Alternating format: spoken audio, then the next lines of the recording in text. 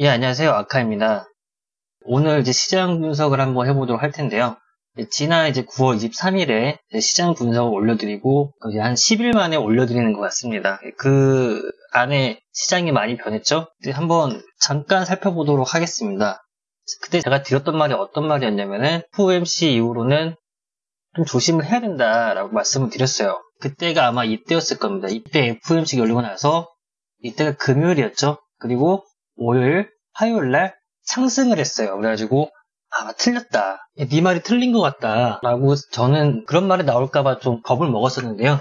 오른쪽 위에 링크를 띄워드릴 테니까 지난 영상 한번 확인해 보시기 바라겠고, 일단 이제 연기금 매수가 멈췄어요. 연기금 매수가 멈추자마자 하락을 하고 있습니다. 지금 9월 20일에 FOMC 회의가 열렸고요. 그다음에 23일이 월요일, 그리고 24일이 화요일입니다. 화요일까지 딱 연기금이 매수를 하고 이후에는 매수를 하지 않고 있습니다. 연기금은 파는 경우는 거의 없어요. 1년에 거의 한 달 파나? 그럴 겁니다.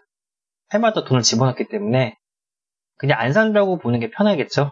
안 산다. 안 사는 경우에 하락할 수가 있다. 그 이후부터 약간 하락을 하기 시작합니다. 특히 10월 2일, 어제 같은 경우에는 10월 2일, 화요일 같은 경우, 개천절 전날이죠.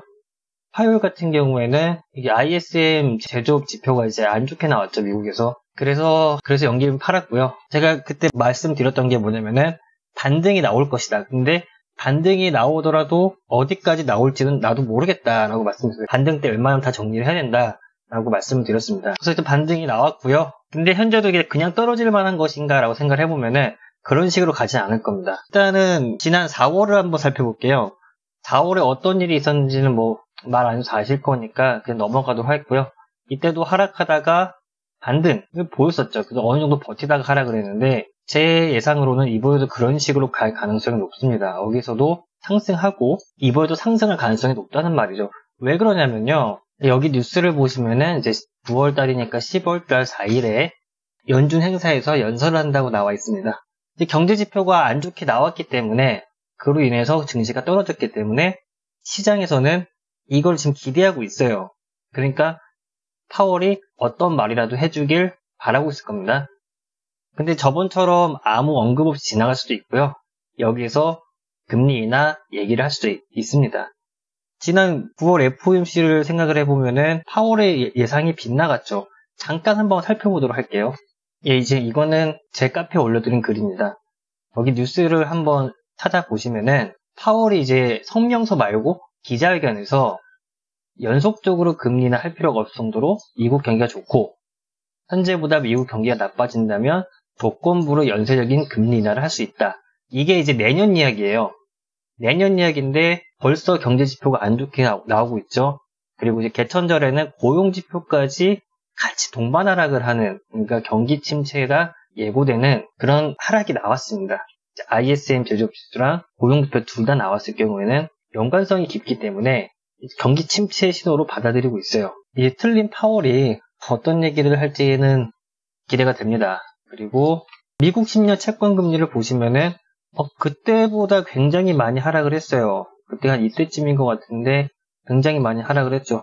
지금 경제 지표가 나오고 난 이후에 더 하락을 했는데 연중 최저치를 갈까 모르겠습니다. 굉장히 많이 떨어졌어요. 지금 연준에서도 지지난주죠. 그때 레포 금리가 발작을 하는 바람에 유동성 개입을 하고 있다는 정황이 나왔어요.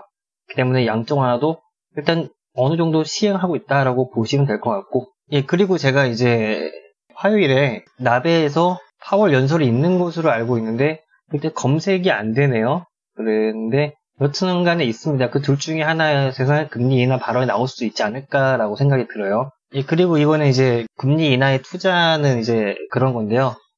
지금 투자자들은 10월 달에 금리 인하를 할 것이다 라는 가능성이 지난번에가 한 30-40% 정도 됐었는데 지금 64%까지 급등을 했습니다. 이거는 가능성이고요. 그냥 여기에 그냥 베팅을 했다라는 거니까 그냥 참고로만 봐주시기 바라겠습니다. 그리고 꼭 알아야 될 주요 일정들이 있습니다. 일단은 미국 시간 10월 4일, 그러니까 한국 시간으로는 5일날 파월 연설이 있고, 다음 주 화요일, 그러니까 한국 시간으로는 9일날, 우리 또 휴일이네요. 이때 나베에서 파월 연설이 있습니다. 그리고 또 하나 보셔야 될 게 15일 체육의 날에 작년에 부과했던 2,500억 관세를 25%에서 30%로 늘리는 날입니다. 그리고 10월 29일에 FOMC가 열리죠. 그 다음 주 11일인가요? 이때 미중 고위급 협상이 시작이 됩니다. 굉장히 지금 위험한 시기에 있죠. 제가 현재 이제 ETF를 전문적으로 하지 않으면은 인버스를 사지 말라는 말이 무엇이냐면요. 이제 카톡방에서 이런 질문이 있었어요. 이때인가요? 아마 인버스를 사는 게 어떨 것이냐라고 여쭤봤는데, 저 같은 경우는 지금 ETF를 전문적으로 하시지 않으면은 지금 사는 거는 비추천드린다. 반등이 나올 수도 있기 때문이다 라고 말씀을 드렸습니다. 만약에 봤을 때요, 지금 같은 경우는 쭉 하락을 했지만 결국에는 여기서 샀다면 여기에서 버틸 수가 있을까요? 그리고 내일 파월 연설에서 금리 인하 발언이 나오면은 미증시도 상승을 하겠죠. 그에 따라서 한국 증시도 상승을 할 텐데, 여기서 또 급등이 나와서 8,000포인트까지 상승을 하게 된다면은 한국 증시도 그만큼 따라 올라갈 수가 있겠죠. 그러면은 여기서 버틸 수 있는 자신이 있냐는 거예요. 금리 인하 기대감, 그리고 미중 무역 협상 기대감으로 더 상승할 수도 있는 부분입니다. 그렇기 때문에 함부로 매수를 하시면 안 됩니다. 인버스가 그렇게 쉬운 게 아니에요. 그러니까 뭐 폭락을 하다 보니까 인버스로 수익이 많이 났다. 특히 아카스탁만 해도 올해 인버스로 굉장히 많이 먹었죠. 12%, 14%씩 먹었으니까요. 근데 그것도 더더 분석하고 확인을 다 한 후에 들어간 거였는데 지금 같은 데는 들어가시기는 아닙니다. 인버스를 보시면은 제가 말씀드렸던 부분이 아마 이때쯤이었을 거예요.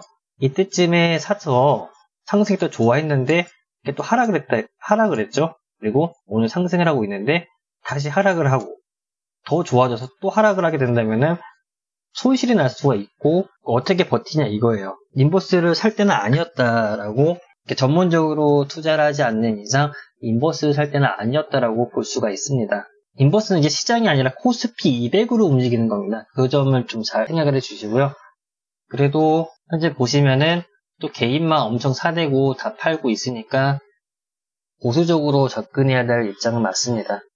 좀 다음 주까지는 보수적으로 진행을 해주세요. 저희 멤버십 같은 경우는 이번 주 월요일부터 현금 비중을 최소 50% 이상 만들어 달라고 이미 메시지를 보냈습니다. 저는 제 분석대로 나가는 것 뿐이에요.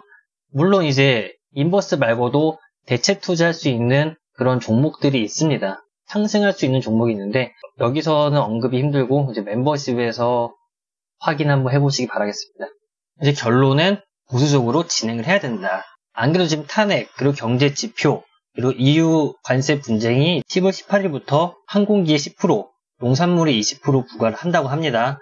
그렇기 때문에 좀 보수적으로 해야 되지 않을까. 저는 최대한 근접하게 말씀을 드리고 있습니다. 다른 사람들처럼 무조건 계속 보수적으로만 해라. 그런 게 아니라 투자할 땐 투자하고 보수적으로 해야 될 때는 보수적으로 하는 그런 투자를 하시기 바라겠습니다. 감사합니다.